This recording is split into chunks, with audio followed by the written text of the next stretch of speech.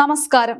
പാറ്റകൾ ഗവൺമെന്റിനെ വീഴ്ത്തുമ്പോൾ മോദിക്ക് ഏത് രാജ്യത്തേക്ക് അഭയം തേടി പോകേണ്ടി വരുമെന്നൊക്കെ പരിഹസിച്ചുകൊണ്ട് ചില കോമാളികൾ സോഷ്യൽ മീഡിയയിൽ ഇറക്കിയ തള്ളുകൾ എല്ലാവരും കണ്ടു കാണും അല്ലെ?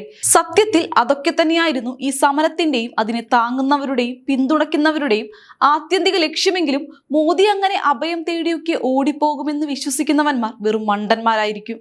കാരണം എതിരാളികളുടെ തോക്കിന് മുനയിൽ പോലും പുഞ്ചിരിയോടെ നെഞ്ചുവിരിച്ചു നിന്ന് പോരാടാൻ പഠിച്ച ഒരു ഉരുക്കു മനുഷ്യനാണ് നരേന്ദ്രമോദി.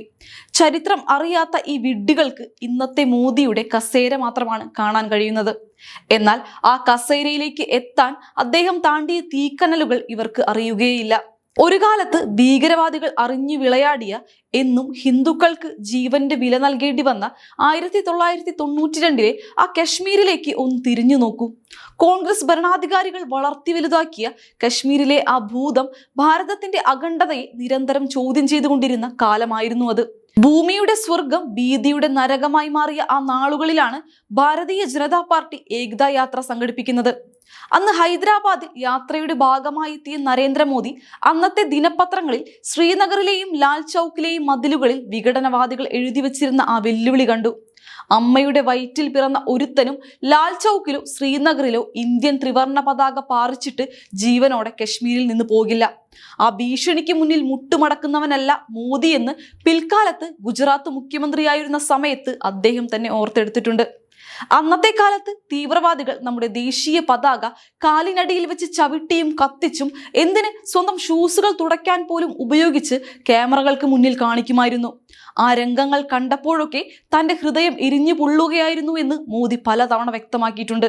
അന്ന് ഏകതാ യാത്രയുടെ ഭാഗമായി കൂടി നിന്നവരോട് ആ പത്രവാർത്ത കാണിച്ച് മോദി എടുത്ത ആ ചരിത്രപരമായ തീരുമാനം ഭാരതം ഒരിക്കലും മറക്കില്ല. സുഹൃത്തുക്കളെ, നമ്മൾ ലാൽ ചൗക്കിലേക്ക് പോകും. നമ്മുടെ ദേശീയ പതാക അവിടെ ഉയർത്തും. തീവ്രവാദികളുടെ കോട്ടയുടെ നെഞ്ചത്ത് തന്നെ നാം കയറി ചെല്ലും. പറഞ്ഞതുപോലെ കശ്മീരിലെത്തിയ ഏകതാ യാത്രയ്ക്ക് നേരെ തീവ്രവാദികൾ നടത്തിയ ആക്രമണത്തിൽ പോലീസ് ആസ്ഥാനത്ത് ഗ്രനേഡ് വീണ് DGP സക്സേനയ്ക്കുൾപ്പെടെ സാരമായ പരിക്കുകൾ പറ്റിയിരുന്നു.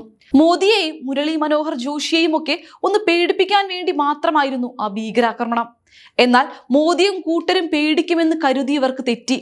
തൊട്ടടുത്ത ദിവസം തന്നെ ലാൽ ചൗക്കിൽ ഇന്ത്യൻ പതാക ഉയർത്തുമെന്ന് മോദി പ്രഖ്യാപിച്ചു. കൂടെ ഏതാനും BJP പ്രവർത്തകർ മാത്രമാണ് ഉണ്ടായിരുന്നത്. ഞാൻ ബുള്ളറ്റ് പ്രൂഫ് ജാക്കറ്റ് ധരിക്കില്ല, ബുള്ളറ്റ് പ്രൂഫ് വാഹനങ്ങളിൽ സഞ്ചരിക്കുകയുമില്ല, എന്റെ കയ്യിൽ ദേശീയ പതാകയല്ലാതെ മറ്റൊന്നും ഉണ്ടാകില്ല.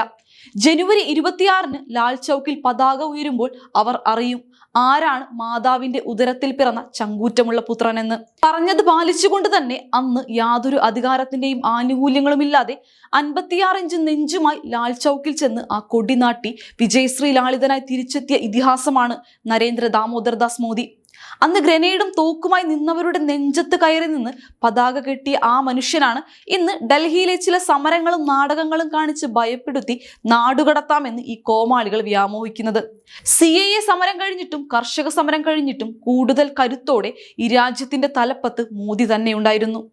500 1000 പേരുടെ ഈ സമരങ്ങൾ കഴിയുമ്പോഴും അങ്ങേർ അവിടെ തന്നെ ഉണ്ടാകും. സമയം കളയാതെ പോയി കിടന്നുറങ്ങാൻ നോക്ക്. രാഷ്ട്രീയ എതിരാളികളുടെ ഇത്തരം തന്ത്രങ്ങളും കുപ്രചാരണങ്ങളും എക്കാലത്തും നരേന്ദ്രമോദിയുടെ കരുത്തിനെയാണ് വളർത്തിയിട്ടുള്ളതെന്ന സത്യം ഇവർ എപ്പോഴാണ് ഇനി തിരിച്ചറിയുക? രാജ്യത്തിന്റെ സുരക്ഷയ്ക്കും വികസനത്തിനും വേണ്ടി സ്വന്തം ജീവിതം തന്നെ ഒഴിഞ്ഞുവെച്ച ഒരു ഭരണാധികാരിയെ ഇത്തരം വില കുറഞ്ഞ നാടകങ്ങളിലൂടെ താഴെ ഇറക്കാമെന്ന് വ്യാമോഹിക്കുന്നത് പകൽക്കിനാവ് മാത്രമാണ്. ജാതിയുടെയും മതത്തിന്റെയും പേരിൽ രാജ്യത്ത് അശാന്തി വിതയ്ക്കാൻ നോക്കുന്ന ശക്തികൾക്കെതിരെ എന്നും കടുത്ത നിലപാടുകൾ സ്വീകരിച്ചിട്ടുള്ള നേതാവാണ് അദ്ദേഹം. അതുകൊണ്ട് തന്നെയാണ് സാധാരണക്കാരായ ജനങ്ങൾ അദ്ദേഹത്തെ നെഞ്ചിലേറ്റുന്നതും ഓരോ പ്രതിസന്ധി ഘട്ടത്തിലും അദ്ദേഹത്തിന് ശക്തമായ പിന്തുണ നൽകുന്നതും. വിദേശ ശക്തികളുടെയും രാജ്യവിരുദ്ധരുടെയും കയ്യിലെ പാവകളായി മാറി രാജ്യത്തെ അസ്ഥിരപ്പെടുത്താൻ ശ്രമിക്കുന്ന ഇത്തരം കോമാളികളുടെ മുഖം മൂടി ജനങ്ങൾ തിരിച്ചറിഞ്ഞു കഴിഞ്ഞു. ഏതൊരു പ്രതിസന്ധിയെയും മുൻപിൽ നിന്ന് നയിക്കാനും അതിനെ വിജയകരമായി മറികടക്കാനുമുള്ള അസാധാരണമായ ആത്മവിശ്വാസമാണ് നരേന്ദ്രമോദിയുടെ ഏറ്റവും വലിയ കൈമുതൽ. ഒരു ഉരുക്കു മനുഷ്യനെതിരെ വെറും വാക്കുകൾ കൊണ്ടും ഊഹാപോഹങ്ങൾ കൊണ്ടും പടയൊരുക്കം നടത്തുന്നവർ സ്വയം പരിഹാസ്യരാകുന്നു എന്നത് മാത്രമാണ് ഇതിലൂടെ സംഭവിക്കുന്നത്.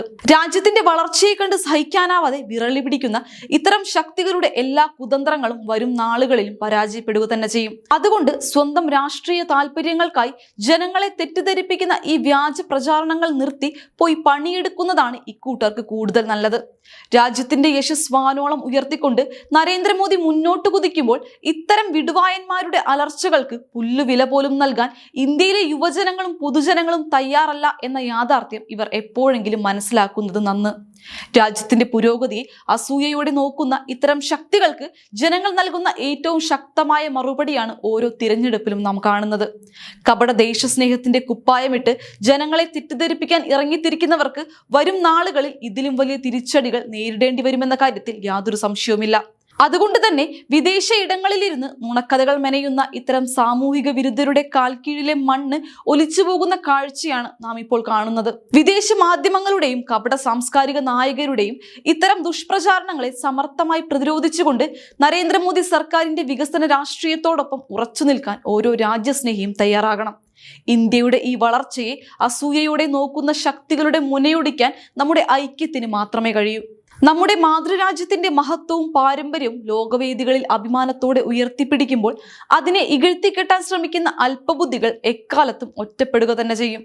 രാജ്യത്തിന്റെ അടിത്തറ തോണ്ടാൻ ഇറങ്ങിത്തിരിച്ച ഇത്തരം കപട ദേശസ്നേഹികളുടെ മുഖം മൂടി ഓരോ ദിവസവും ജനങ്ങളുടെ മുന്നിൽ കൂടുതൽ വ്യക്തമായി അഴിഞ്ഞു വീഴുകയാണ്. രാജ്യത്തിന്റെ പുരോഗതിയെ അസൂയയോടെ നോക്കിക്കാണുന്ന മാടമ്പിമാരും അവരുടെ ചട്ടുകങ്ങളും നടത്തുന്ന വില കുറഞ്ഞ നാടകങ്ങൾ ഇന്ന് ആർക്കെങ്കിലും മുന്നിൽ രഹസ്യമായി നിൽക്കുന്നുണ്ടോ? തീർച്ചയായുമില്ല.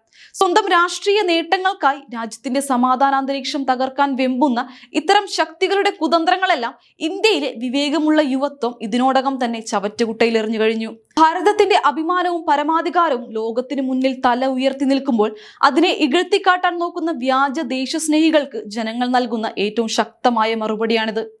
മുഖം വെളിപ്പെടുത്താതെ പലയിടത്തുമിരുന്ന് ദിവസക്കൂലിക്ക് നുണക്കഥകൾ മെനയുന്ന ഈ വിടുവായന്മാരുടെ വിദ്വേഷ പ്രചാരണങ്ങൾക്ക് ഇനി രാജ്യത്ത് യാതൊരു വിലയുമില്ല. സമാനതകളില്ലാത്ത വികസനത്തിന്റെയും കരുത്തുറ്റ ഭരണത്തിന്റെയും പാതയിലൂടെ രാജ്യം സമാനതകളില്ലാത്ത കുതിപ്പ് തുടരുമ്പോൾ അത്തരം ശക്തികളുടെ എല്ലാ തന്ത്രങ്ങളും കണ്ട് ഭയപ്പെടാനോ പിറകോട്ടു പോകാനോ ഈ ജനത തയ്യാറല്ല. രാജ്യത്തിന്റെ അഖണ്ഡതയും സുസ്ഥിരതയും മുൻനിർത്തി ധീരമായ തീരുമാനങ്ങൾ എടുക്കുന്ന ശക്തമായ നേതൃത്വത്തിനൊപ്പം എന്നെന്നും ഉറച്ചു നിൽക്കാനും വികസനത്തിന്റെ ഈ മഹത്തായ യാത്രയിൽ പങ്കാളികളാകാനും നാം ഒറ്റക്കെട്ടായി മുന്നോട്ടു പോകണം. അപ്പോൾ നിങ്ങൾ ആരുടെ പക്ഷത്താണ്? ഈ കപട ന്യായവാദങ്ങളോടുള്ള നിങ്ങളുടെ പ്രതികരണങ്ങൾ എന്തൊക്കെയാണ്? താഴെ കമന്റ് ചെയ്യുക. മറ്റൊരു പ്രധാന വിഷയവുമായി നമുക്ക് വീണ്ടും കാണാം. നന്ദി.